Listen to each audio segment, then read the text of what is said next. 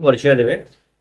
तो फर्स्ट मुझे होचे अग्निवीर गण देवीदत्त सोमयान साहू। तो पहला तो मुझे मोर बापा माँ आउ जेन बलांगीर माटी जेन मुझे प्रैक्टिस करथिनी मोर प्रैक्टिस होता सेटा बहुत बहुत बोले नमस्कार जहाँ जनामी बा तांको इटा करूछे तांको मोर मुड़िया मारुछे और देन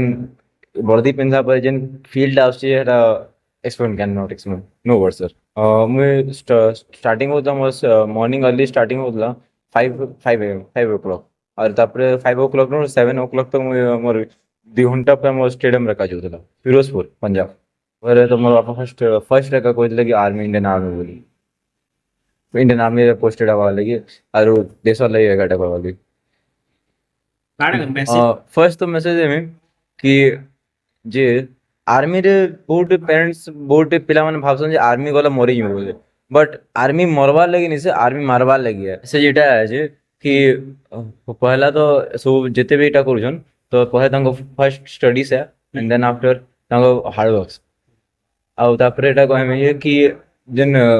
जेते भी इन्फ्लुएंसर्स माने अछन बहुत पिला माने इंस्टाग्राम यूट्यूब एटा सबको ऑफ कोर्स सबको मोबाइल अछि कि एबे कोई नहीं पारे कि मने यूट्यूब नेनो कि एटा नेनो तो यूट्यूब रे जेन फेक इन्फ्लुएंसर्स माने अछन तांको जेन ड्रग्स बा जेन सप्लीमेंट्स माने को जेन रनिंग लागी आर्मी रे भर्ती रे बहुत ना धरवा के नहीं चाहे एंता बहुत कंटेंट्स माने अछि जेटा कि नी यूज करबे आउ तांको हार्ड वर्क का मेनली है आउ एटा जे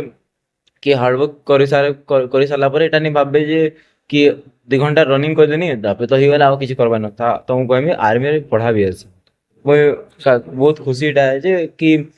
मैं भाबे जे कि हम आर्मी बनी गले तो भाबे नहीं चलो ठीक है जे 12 दिन छुट्टी आराम से बोला मते के जानू नहीं बोले बट एतकी भाबे जे एतकी बोर्ड करी मते कि ओडेटा हवा बोले ଉତ୍ସାହିତ କରୁଛୁ। सोसाते ଧନ୍ୟବାଦ। ମୁଁ ପ୍ରତାପ ଚନ୍ଦ୍ର ରଥ ପୂର୍ବତନ ସୈନିକ ସଂଘର ସମ୍ପାଦକ। ଯେ ଦେଖୁ ଲୋକ ଛୁଆ ପାଠ ପଢ଼ୁଛେ ଚାକିରିଟେ କର୍ମି ବୋଲିକିରି ଚାକିରି ନାଇଁ ନ କିନ୍ତୁ ଆଜି ଯୁବପିଢ଼ି ପାଠ ପଢ଼ିକରି ସେମାନେ କାଁ କରୁଛନ୍ ମଦ ନିଶା କରିକିରି ତାଙ୍କର ମା ବାପାକେ ବର୍ବାଦ କରୁଛନ୍ ଯାର ଫଳରେ ଆମର ସମାଜ କଳୁଷିତ ହେଉଛି। ସେନ୍ତା ଆଜି ସେଇ ପିଢ଼ିରୁ ଗୋଟେ ପିଲା ଯେତିକି ମାନସିକ ଶାରୀରିକ ପରିଶ୍ରମ କରିକରି ଆଜି ସେ ଅଗ୍ନିବୀରରେ ଯୋଗଦାନ କରିଛନ୍। ଦୀର୍ଘ 6 ମାସର ଟ୍ରେନିଂ କରି ସାରିଲା ପରେ ଆଜି ବଲାଙ୍ଗୀର ମାଟିକେ ପ୍ରତ୍ୟାବର୍ତ୍ତନ କରିଛନ୍। ତାଙ୍କର ପୋଷ୍ଟିଂ ହେଇଛେ ଫିରୋଜପୁରରେ। ମୁଁ ତାଙ୍କର ବାପା ମାଆକେ ଧନ୍ୟବାଦ ଦେମି ତାଙ୍କର ପରିଶ୍ରମକେ ଧନ୍ୟବାଦ ଦେମି कि जड़े आर्मी नेवी एयरफोर्स रे गले बिना परिश्रम रे जाई नहीं पारे कहीं लगी मानसिक और शारीरिक स्तर रे जे ठीक नहीं न से केबे भी देश रो लगी फिट नहीं है पारे केबे भी माने दुश्मन संगे लड़ी नहीं पारे। सेंता आज जड़े सुपुत्र देवी साहू बलांगीर लगी गौरवपाणी छन अग्निवीर रे योगदान करिछन। आज बलांगीर जिला पूर्वतन सैनिक संघ तांको संबर्धना देइछे आर युवपीढ़ी के आज गोटे मेसेज देवा लगी चाहूचे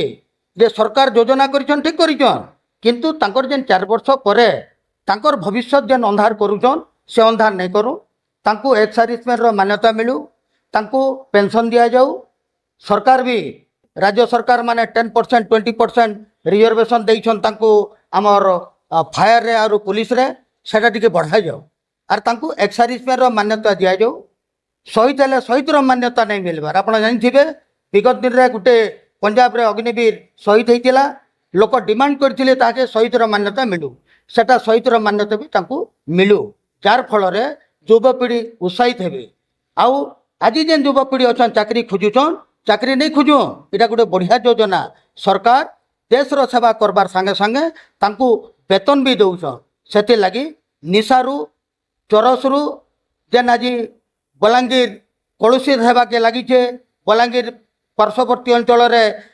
यूथ युवक माने निशा करुछन सेतरु दूरे रही करी मानसिक स्तर रे अग्निवीर रे जोग देबार लगी सेमाने तैयार हों।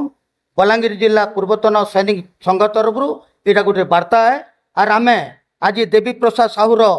उज्जवलमय भविष्य कामना करुछु। से कहूछन भी जे मु देश रो लगी जेन जइछे शहीद हेले भी मोर माँ बापा तिले मात्र अफसोस नहीं रखन बरं से बापा माँ भी कहबे मोर पुओ शत्रु मारिकी अमर है आर से गर्वित हेले गर्वित हेबे। जय हिंद भारत माता की जय।